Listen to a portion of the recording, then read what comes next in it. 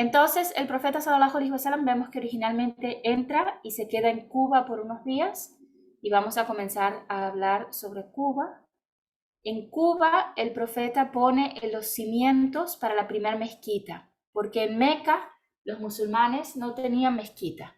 En Meca se reunían, ¿alguien se acuerda dónde se reunían en Meca? ¿Alguien que estaba la vez pasada? ¿Quieren ponerlo en el chat si no quieren hablar o pueden abrir el micrófono y hablar? ¿Cómo se llamaba el lugar donde se reunían los musulmanes en Meca? ¿Alguien se acuerda?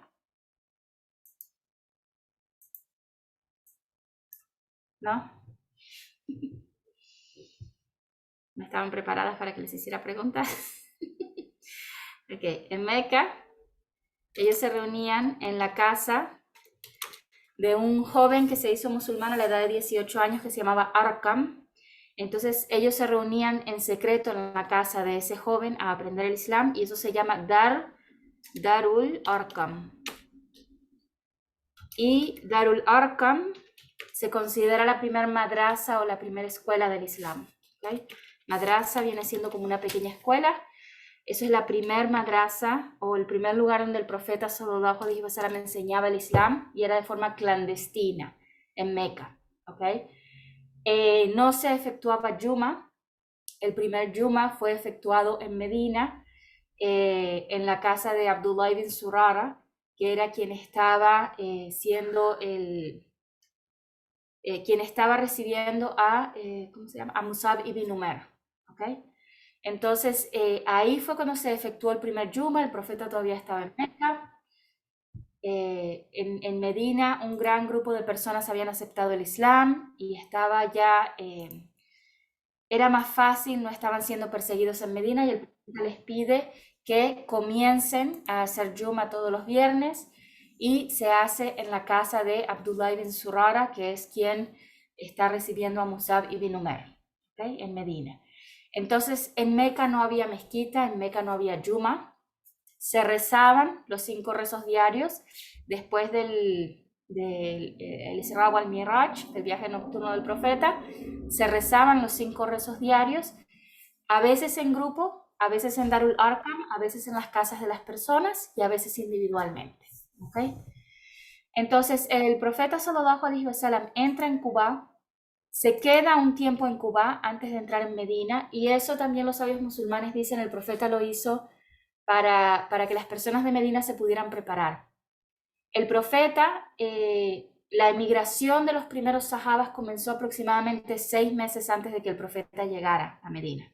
¿Okay? Acuérdense que el profeta se quedó hasta que la mayoría de los musulmanes habían abandonado Meca. Él fue una de las últimas personas de emigrar. Y eso nos muestra el liderazgo del profeta, ¿verdad? Actualmente, un presidente, un rey, si hay algún problema en la ciudad, el primero que se va es el presidente y el rey y la gente que se las arreglen como puedan. Pero el profeta se quedó hasta el final asegurándose que todo el mundo saliera, todo el que pudiera salir saliera. Varias personas se quedaron en Meca porque no tenían posibilidad de salir, pero el profeta se aseguró de que todo el mundo saliera adelante, esperando que Allah subhanahu wa ta'ala le diera el permiso de emigrar, y él emigra. En su emigración, acuérdense que en vez de ir hacia el norte, hacia Medina, originalmente van hacia el sur para distraer a los Quraysh, se esconden en la cueva, duran en la cueva 3 días, y después comienzan la emigración hacia el norte, y esto dura aproximadamente unas 3 semanas, ¿okay? Porque vimos que toma un camino un poquito diferente al que normalmente se toma. Entonces, dicen que entre el momento que empezó la emigración de los primeros musulmanes y el momento que el profeta entra en Cuba, pasaron aproximadamente 6 meses. Eso es un momento donde no hay televisión, no hay celulares, los mensajes se mandan de una persona que va a caballo o a camello de una ciudad a otra, y además por la situación del profeta, todo era hecho de forma clandestina, o sea que tampoco se estaban mandando mensajeros muy seguido entre el profeta y los sahabas en Medina. Entonces, cuando el profeta llega a Cuba, las personas tienen ya 6 meses esperando todos los días. A ver, es hoy el día que llega el profeta, es hoy el día que llega el profeta, ¿verdad? Entonces el profeta llega a las afueras de Medina, se asenta en Cuba y manda un mensajero a Medina a avisar que él está en las afueras de Medina y que en unos días va a llegar. ¿Ok? Entonces así los los sahaba que estaban hace 6 meses esperando todos los días se tranquilizan. Ok, ya está cerca, ya está llegando, ¿verdad? Dice Urwa ibn Zubair dijo, cuando los musulmanes de Medina se enteraron las noticias de la salida del mensajero de Allah de la Meca, empezaron a frecuentar la zona de Harra, donde están las montañas. Lo esperaban hasta que el calor del día los obligaba a volver. Un día, después de haber esperado mucho tiempo, volvieron a sus casas y cuando retornaban, un judío subió a uno de los fuertes y vio al mensajero de Allah y a su compañero vestidos de blanco apareciendo por el desierto. Su compañero es Abu Bakr. El judío no pudo evitar gritar, oh ustedes los árabes, aquí está el gran hombre que estaban esperando. Entonces los musulmanes se apresuraron para ir a recibir al mensajero de Allah desde lo alto de Harra. Un judío subió a uno de los fuertes y vio al mensajero de Allah. Esto era porque los judíos tenían diferentes tribus en Medina. Cada tribu tenía una fortaleza, ¿ok?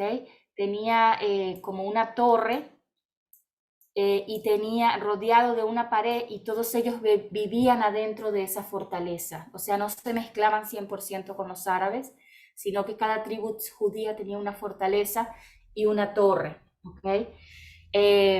Lo que en la época medieval se llamaba los feudos, ¿verdad? Que era como un castillo y todo el mundo vivía dentro de las paredes de ese castillo para que supuestamente el rey del castillo los protegiera.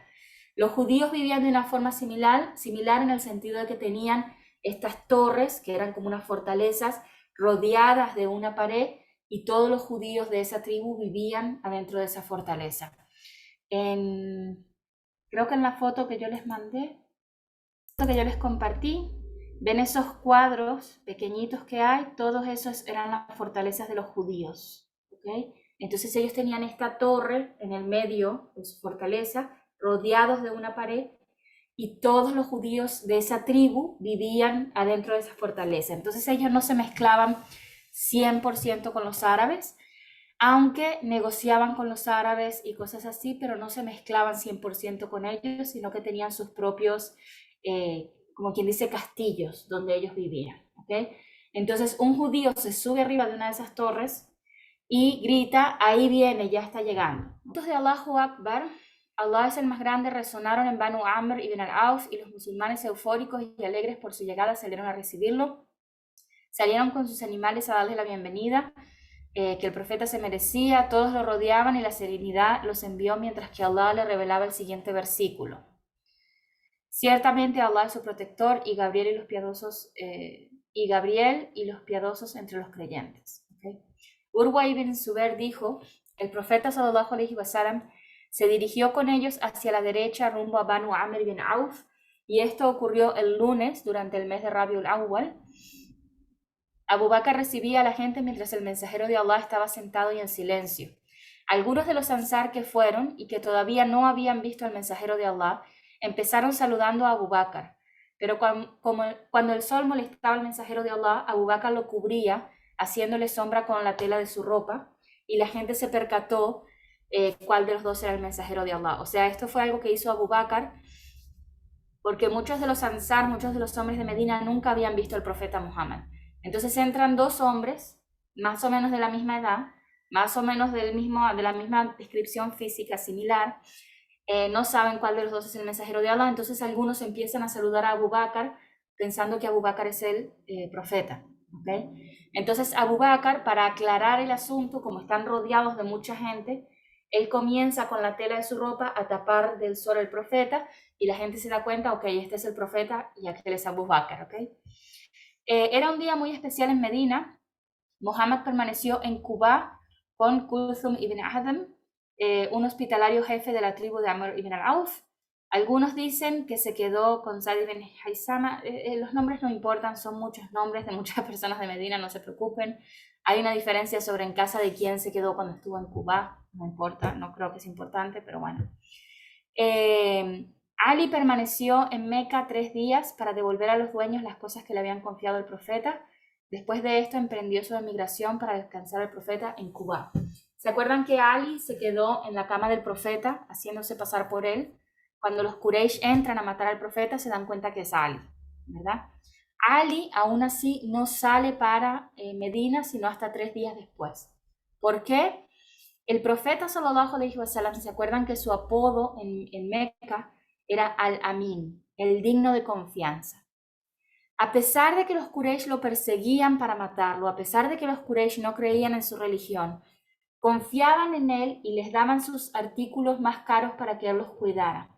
Entonces el profeta era como custodio de las pertenencias de muchas personas. Lo que tal vez ahora una persona pone en una caja fuerte en un banco, en ese momento se ponía en casas de personas conocidas que se sabía que eran confiables.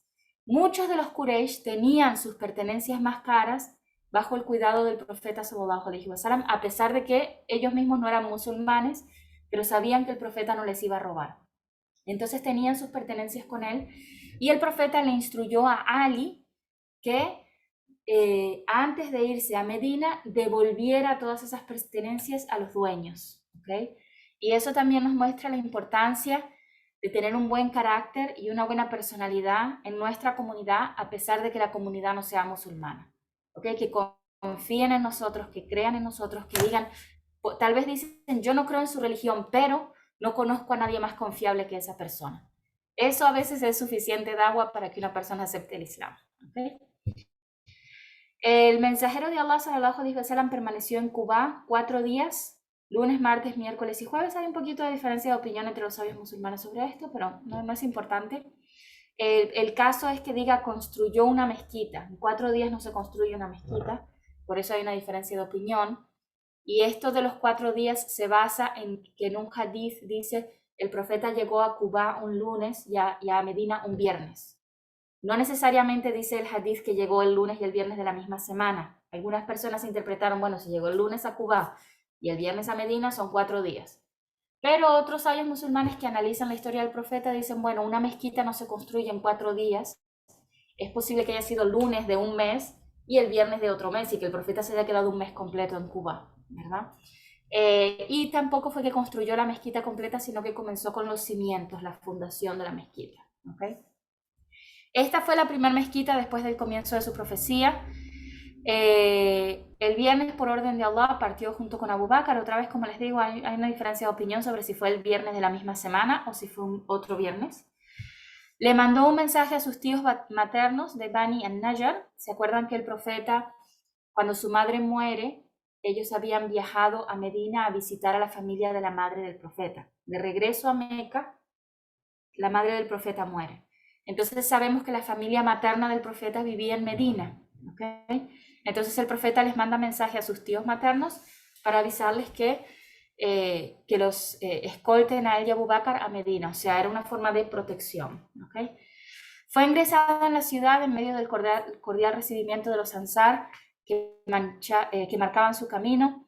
Se detuvo en un lugar en el valle de Banu Salim y ahí rezó junto con cientos de musulmanes el primer Yuma. Este es el primer Yuma que reza el profeta. O sea, voy a ir al mapa un minuto. Es un viernes, ¿ok? El profeta sale de Quba, de la ciudad de Quba, en dirección a la ciudad de Medina. Les dije que es tal vez unas horas, mediodía de caminata. De camino llega la hora de Yuma. Es la hora de hacer Yuma. Entonces el profeta se para y hace Yuma por primera vez con todos los musulmanes. Otra vez, este no es el primer Yuma. El primer Yuma lo hizo Abdullah ibn Surara y Musab ibn Umair cuando el profeta todavía estaba en Meca. Pero este es el primer Yuma dirigido por el profeta, sallallahu alaihi wasallam. ¿Okay?